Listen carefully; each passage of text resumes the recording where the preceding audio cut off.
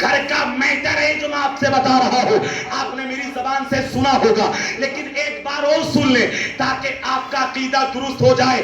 میرے عزیز, قرآن میں جگہ جگہ آیت رب نے نازل کی جو میں نے تلاوت کی, آپ نے سنا.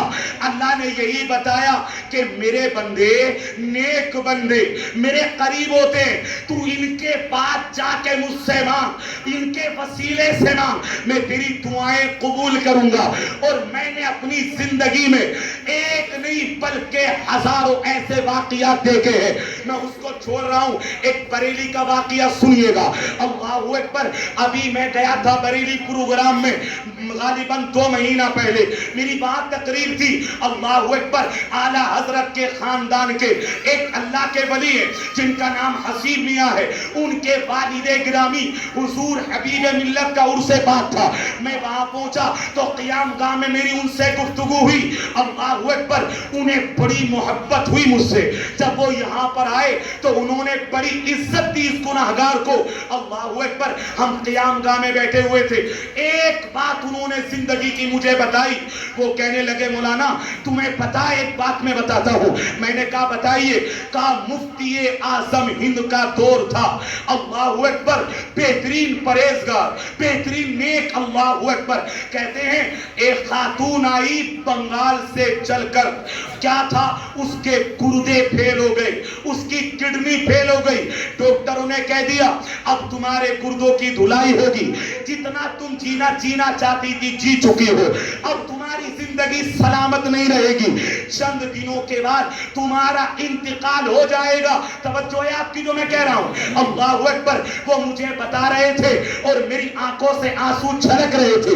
کہتے وہ خاتون, اللہ اکبر, آپ ایک بات مجھے بتائیے, اللہ نہ کرے اگر گردوں کی بیماری ہو جائے تو بندہ مراد آباد میں نہیں بلکہ ہندوستان کے کونے کونے پر اپنے آپ کو دکھانے جاتا ہے, ڈاکٹروں کے مشورے لیتا ہے, اس کی زندگی کا چین و سکون بالکل ختم ہو جاتا ہے. اللہ اکبر. وہ کہتے ہیں کہ وہ عورت خاتون بنگال سے چل کے بریلی آئی. کہاں آئی؟ بریلی آئی اور مفتی اعظم ہند سے ملاقات کی. کہتے ہیں عورت آئی بالکل ان پردے میں تھی اور آ کر کے اس نے بات کی. جملے سمجھیے گا, میں یہ بتانا چاہتا ہوں اللہ کے ولی کتنا دیتے ہیں, ذرا سبحان اللہ بولے.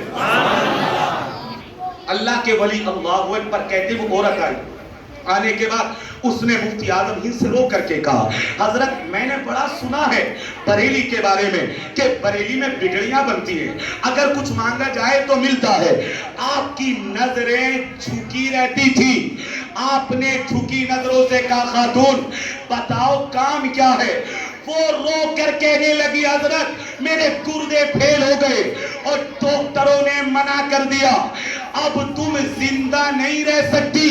اس جملے کو سمجھیے گا. مفتی اعظم ہند نے اس وقت بریلی میں ایک تاریخی جملہ بولا.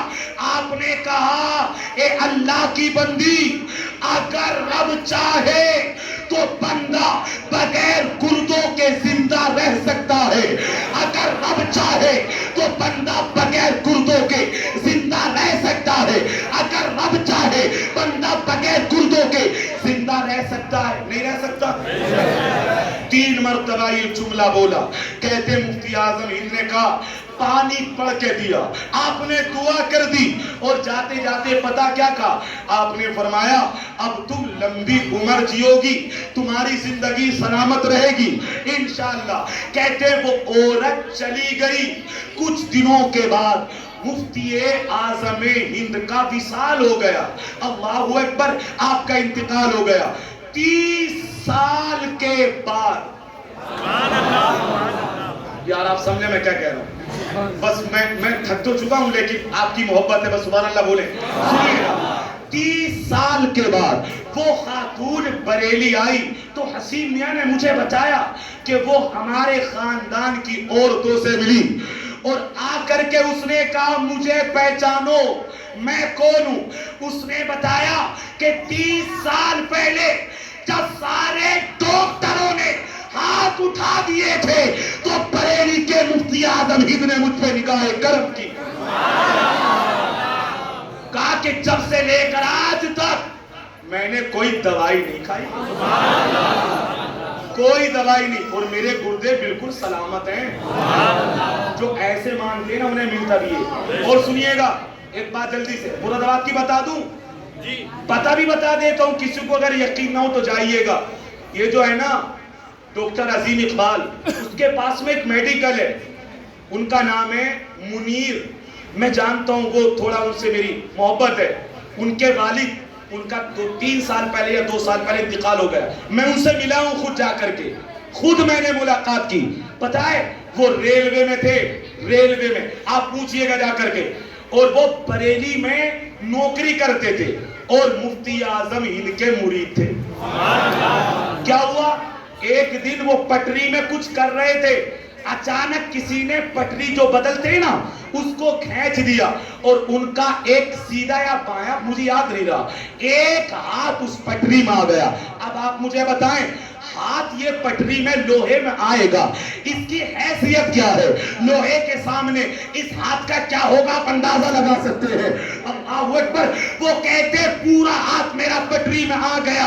اللہ اکبر! ہاتھ نکالا، ہاتھ لٹک گیا۔ کہتے ڈاکٹر کے پاس پہنچا، ڈاکٹر نے ایکس رے ایم آر آئی جو کرنا تھی وہ کی۔ ڈاکٹر نے دیکھ کے کہا اس ہاتھ کا کوئی علاج نہیں ہے، یہ ہاتھ جڑ نہیں سکتا، تمہاری ہڈی چورا ہو چکی ہے، ہاتھ کو کاٹنا پڑے گا۔ وہ کہنے لگے مجھے 1 دن کی مہلت دو، میں کل آ کے ملتا ہوں۔ یہی جملے انہوں نے مجھے بتائے۔ وہ کہتے ہیں میں مفتی اعظم ہند کا مرید تھا، میں ان کے مزار پہ گیا، رات کو ان کی قبر کے پاس بیٹھا اور رو رو کر بس یہ کہتا رہا حضرت میں آپ کا مرید ہوں، اگر ہاتھ کٹا ہوا لے کر کے جاؤں گا مراد آباد والے کیا کہیں گے؟ مفتی اعظم ہند کا مرید ہے اور ہاتھ کٹا کے آیا ہے، ٹنٹا ہو کر کے آیا ہے۔